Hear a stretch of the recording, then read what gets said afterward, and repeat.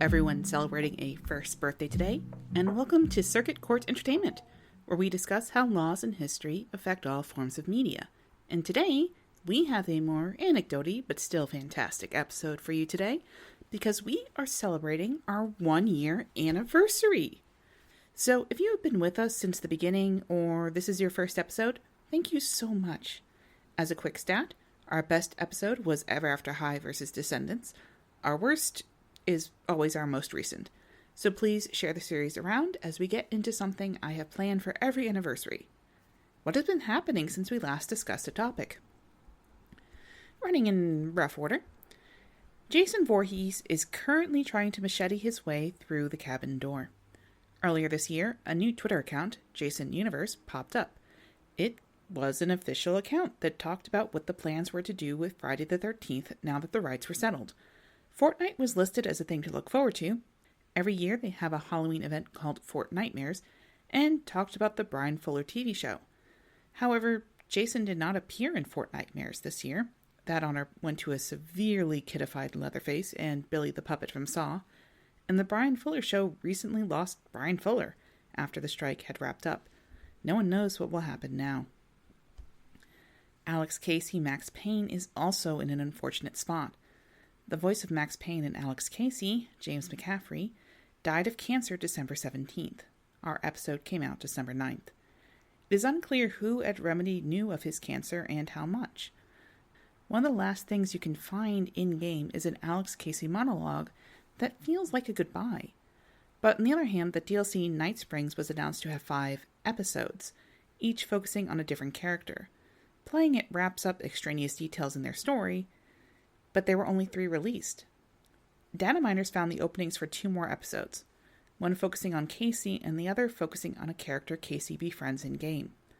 The DLC itself ends with an in memoriam to McCaffrey with unique dialogue showing he had recorded at least something before his death. One of the next games Remedy has coming up is a Max Payne remake, and no one knows what they will do there. On to Sonic. The Lara Sue Chronicles finally came out. Sort of. In that they did absolutely come out, but it's kind of a mess apparently. Also, it's a retelling of the stuff from the old Sonic stories, just now mostly updated to the new names, appearances, etc. that he has to use because, no, he does not actually own Sonic. Descendants 4 came out. I have not seen it. As for Ever After High, no real movement on that front. It was recently leaked that the new Monster High G3 big yearly set was Draculaura's Sweet 1600 set, and Cupid would debut in that. Cupid was a Monster High character who moved to Ever After High, so by moving back to Monster High, she may bring along some Ever After High information. But it also seems that some Ever After High molds have been used for some random dolls. But with the Monster High G3 TV show not being renewed for Season 3, it's unclear what will happen to G3 despite its excellent doll sales.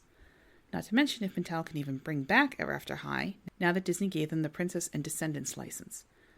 Dune. I saw that someone got it running already on the new Alarmo clock by Nintendo. Kong.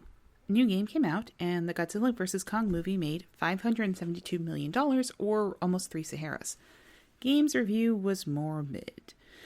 The Godzilla v. Kong movie was more the same of the previous movies, but also had Dan Stephen fixing Kong's tooth, Mothra saving the day, and Godzilla sleeping in the Coliseum.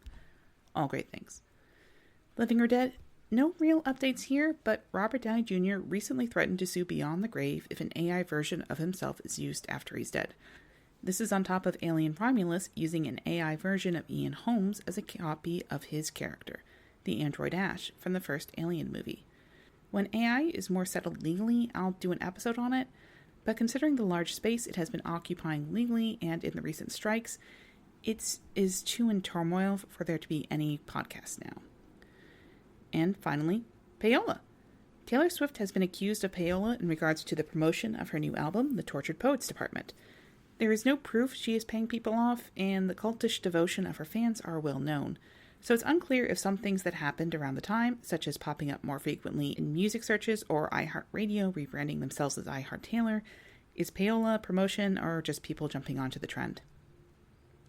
Oh, and a Nosferatu remake is being released at Christmas 2024. It's being directed by Robert Eggers, whose first big movie was the puritanical horror movie The Witch, with 2 V's for the W. I'm looking forward to it, as the trailer is gorgeous and scary, even if it was overplayed a bit at Halloween Horror Nights. And with that, another year, another cycle, and my first year doing this under my belt. It's been a real adventure, and I've enjoyed this journey so far. I know I haven't been as regular as we all would have hoped, but I am proud of the episodes I put out and have learned a lot. My editor wants to let you know their favorite fact is that we have a Doom running on E. coli bacteria, and it will take 600 years to play a full game. I think my favorite fact was just everything I found out about Dino De Laurentiis. That man is a menace who made movies better. In any event, thank you. Please leave a review if you have not already. Maybe tweet or make a blog post about your favorite fact from last year, and spread the word around. I hope to see you in 2 weeks.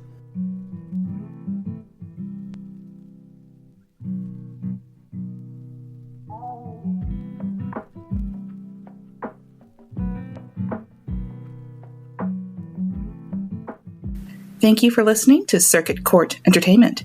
If you found this episode interesting, please tell others, as this is a new podcast.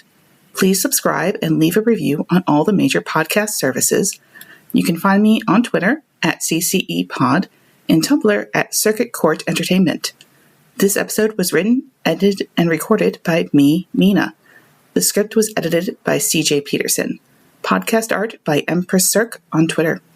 Thank you for your time, and I hope to hear from you soon.